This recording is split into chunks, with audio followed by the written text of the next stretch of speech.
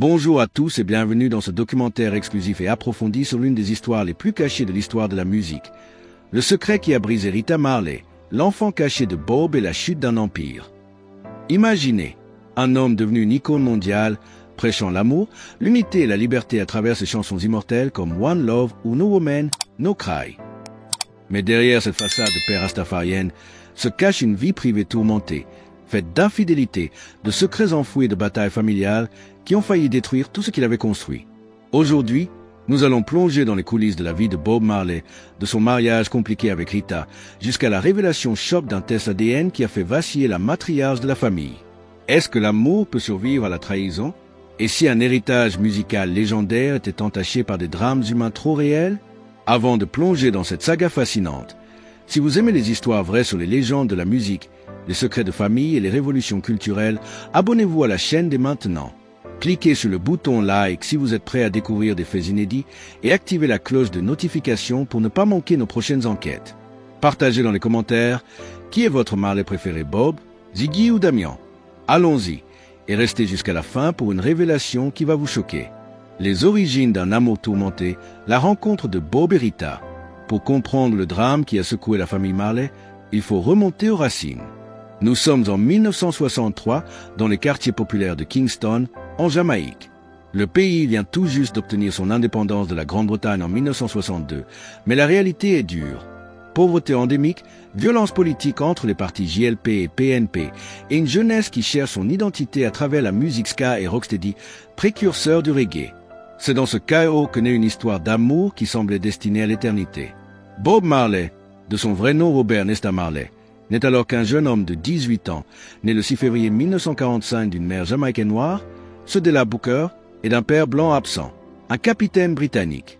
Élevé dans la pauvreté rurale de Nine Mile, Bob s'installe à Transtown, le ghetto de Kingston, où il forge son caractère. Influencé par le rastafarisme, une religion naissante inspirée de la Bible, de l'empereur éthiopien Haïlé Sélassié, considéré comme Jah, Dieu incarné, et d'un rejet du système babylonien, l'oppression occidentale, Bob voit l'amour comme une force libre, non contrainte par les normes traditionnelles. Dans le rastafarisme, le mariage est vu comme un lien spirituel, mais la fidélité n'est pas toujours stricte. L'amour est partagé, comme une extension de l'unité humaine. Bob, avec sa guitare et sa voix envoûtante, rêve de révolutionner le monde par la musique. C'est là qu'il rencontre Alpha Rita Constancia Anderson, connue sous le nom de Rita. Née le 25 juillet 1946 à Cuba, mais élevée en Jamaïque par sa tante après la mort de sa mère, Rita est une jeune femme forte, chanteuse dans un groupe vocal appelé The Soulettes. Leur rencontre est un coup de foudre. Bob produit les disques des Soulettes et bientôt, une romance naît. Le 10 février 1966, ils se marient dans une petite cérémonie à l'église orthodoxe éthiopienne de Kingston, un symbole de leur foi rastafarienne. Rita, à 19 ans, voit en Bob un partenaire égal, un allié dans la lutte pour survivre. Mais dès les premiers jours, des fissures apparaissent. Et si ce mariage, béni par les idéaux de liberté rastafariens, était en réalité une prison dorée pour Rita, les premières années sont marquées par la précarité. L'argent manque cruellement. Bob et ses amis Peter Tosh et Bunny Weller forment The Weller en 1963, mais le succès est lent à venir. Rita vend des disques dans les rues, cuisine pour la famille et soutient Bob inlassablement. Elle lui donne sa voix. En tant que choriste des E-Trees, avec Marcia Griffiths et Judy Mowat, elle accompagne Bob sur scène et en studio, apportant une harmonie féminine à des hits comme He Shot the Sheriff.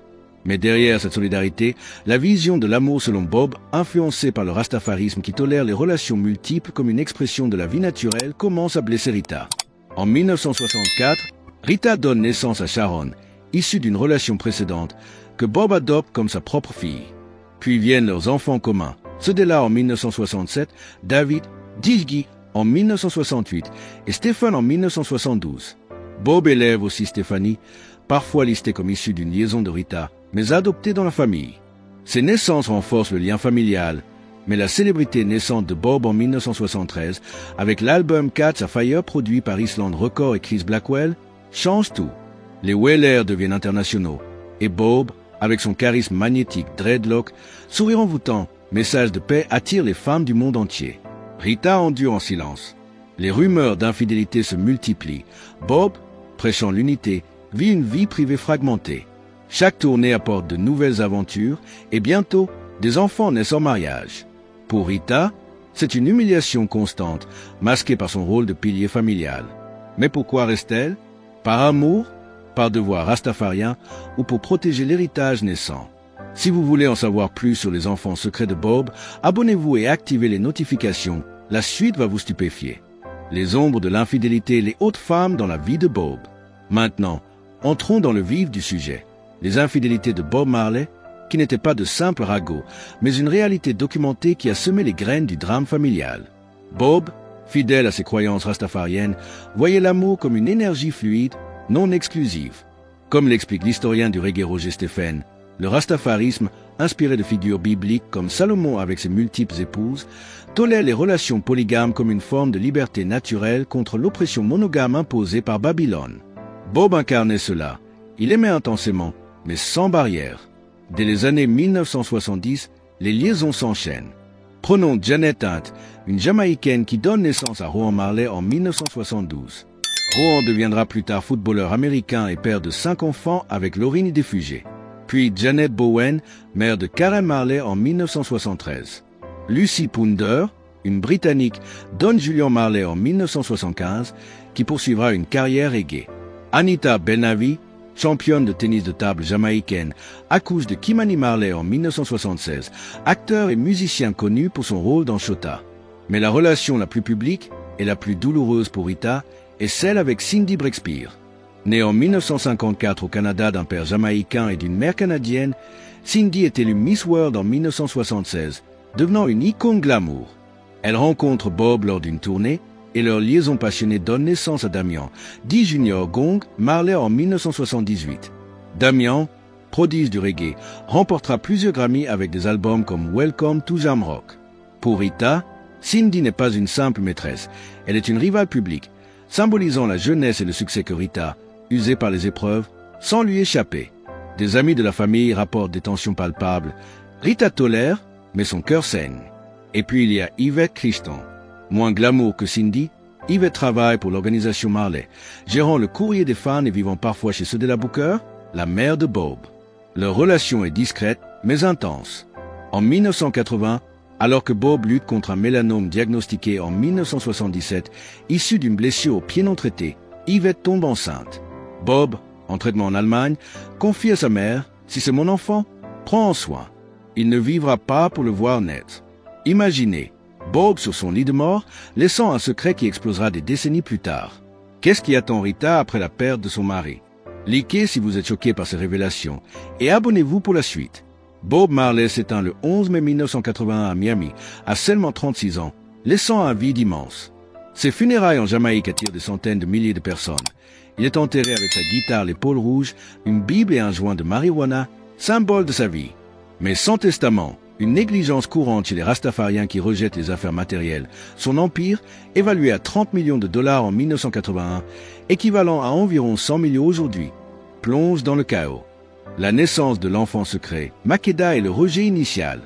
À peine 19 jours après la mort de Bob, le 30 mai 1981, Yvette Crichton donne naissance à Makeda Janesta Marley en Pennsylvanie.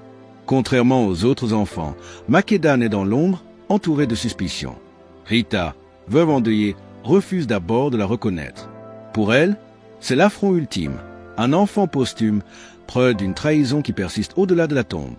Selon la loi jamaïcaine sur les successions intestates, la veuve reçoit 10% plus un intérêt viager de 45% et les enfants se partagent le reste. Mais qui compte comme enfant reconnu? Rita, nommée administratrice de l'Empire via Tuff Gong International, le label fondé par Bob en 1965, devenu une machine à succès avec des studios à Kingston, se bat farouchement. Elle protège ses enfants et ceux qu'elle accepte, comme Damian, intégré malgré la rivalité avec Cindy. Mais Makeda, Rita la voit comme une opportuniste, une menace diluant l'héritage. Yvette, vivant modestement aux États-Unis, invoque la parole de Cedella Booker, qui avait reconnu l'enfant. Pourtant, sans preuve irréfutable, Makeda est exclu. Pendant les années 1980 à 1990, l'Empire Marley explose. Album posthume comme Legend, 1984, plus de 25 millions vendus, merchandising, vêtements, cannabis légal via Marley Natural et Tuff Gong qui vaut des dizaines de millions. La fortune grimpe à 200 millions dans les années 2000, selon Forbes. Les autres enfants prospèrent. Ziggy et Stephen forment les Melody Makers, remportant des Grammys. Damian domine le reggae moderne. Makeda, elle, grandit dans l'anonymat, sachant son père via des disques, mais sans soutien financier ou affectif. Et si une technologie moderne pouvait rouvrir ses blessures, le test ADN arrive et rien ne sera plus comme avant. Abonnez-vous pour ne pas manquer cette explosion familiale. Le test ADN, la vérité qui fait vaciller Rita. Au tournant des années 2000, les tests ADN deviennent courants dans les litiges. Makeda, adulte, pousse pour une preuve. Après des batailles judiciaires, le test est réalisé, résultat positif. Makeda est bien la fille de Bob. Pour le monde, c'est une confirmation attendue. La ressemblance est frappante et les archives confirment la liaison. Mais pour Rita, c'est un séisme. À 79 ans en 2025, Rita, vivant entre la Jamaïque et le Ghana, où elle s'est installée dans les années 1990, obtenant la citoyenneté en 2013, réagit avec fureur selon des sources proches. Elle accuse Yvette de manipulation, revivant les humiliations passées. La famille se divise. Ziggy et Stéphane prônent l'acceptation pour préserver l'image d'unité. D'autres, loyaux à Rita, voient Makeda comme une intruse. L'Empire, valant plus de 500 millions en 2025, stream sur Spotify. Films comme Bob Marley, One Love de 2024, doit redistribuer.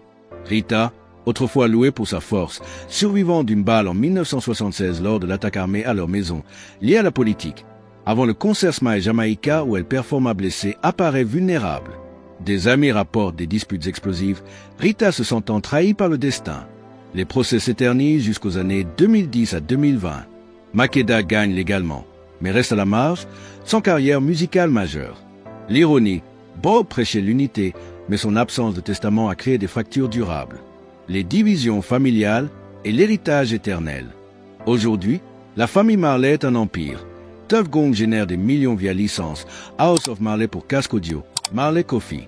Mais les divisions persistent.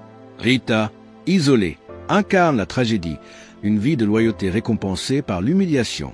Makeda symbolise la justice tardive, mais amère.